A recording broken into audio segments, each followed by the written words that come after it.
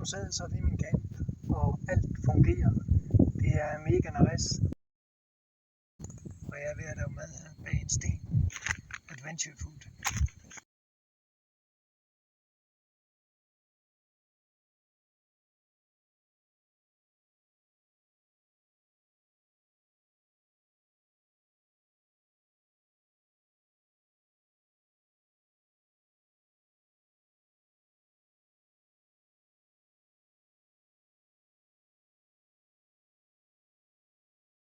En fantastisk morgen. Jeg har sovet i over 12 timer, og nu er jeg ved at lave min morgenkaffe her.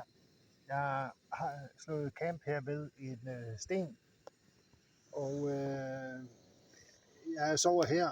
Der er selvfølgelig mange myg, men jeg har myggespray med.